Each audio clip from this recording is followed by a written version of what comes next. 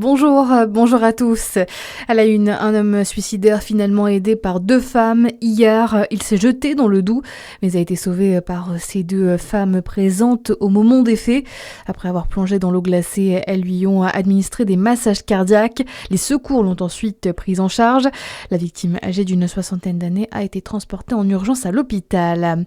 Dans le reste de votre actualité générale, un appel à témoins dans l'affaire de ce septuagénaire écroué pour viol et agression sexuelle. Il est lancé par le parquet de Grenoble pour tenter de retrouver de potentielles victimes. On rappelle, Jacques Leveugle, âgé de 79 ans, est soupçonné d'avoir violé et agressé 89 mineurs entre 1967 et 2022 dans plusieurs pays, mais également d'avoir tué sa mère et sa tante.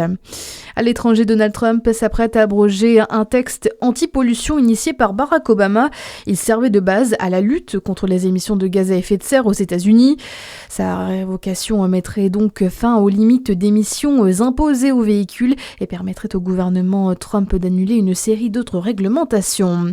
L'info, c'est aussi la ville de Dijon éligible pour accueillir le RER vélo. Selon une étude publiée la semaine dernière par la WWF France et la Fédération des usagers de la bicyclette, la capitale des Ducs a le potentiel pour bénéficier de nouvelles infrastructures cyclables à haut niveau de service. Un sujet qui pourrait d'ailleurs revenir à l'approche des municipales.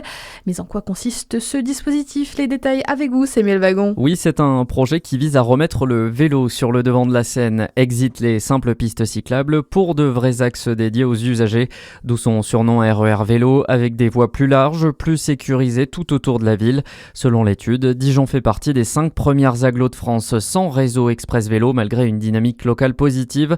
À terme, 70% de la population serait couverte, ainsi que plus de 80% des lieux de travail. Côté portefeuille, un tel projet est estimé à 150 millions d'euros pour 200 km, soit 40 fois moins que le coût par kilomètre d'une autoroute urbaine. Plusieurs villes d'ailleurs ont déjà adopté le RER-V. C'est le cas notamment de Grenoble, Rennes ou encore de Strasbourg. Du sport aussi et une belle soirée au JO de Milan-Cortina hier. Le patineur girondin Adam Sioimfa a réalisé une grande performance. Auteur de sa meilleure prestation en carrière sur un programme court, le Français est 3e après la première manche. Il peut clairement envisager une médaille de main après la seconde partie.